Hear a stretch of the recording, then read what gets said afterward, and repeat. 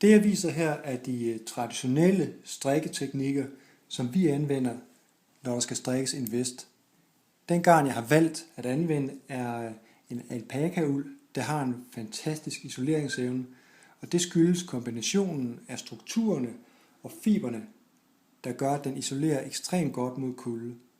Alpakauld har en fin, blød og glat overflade, der giver et flot, luksuriøst udseende, og fiberne er usædvanligt stærke og elastiske.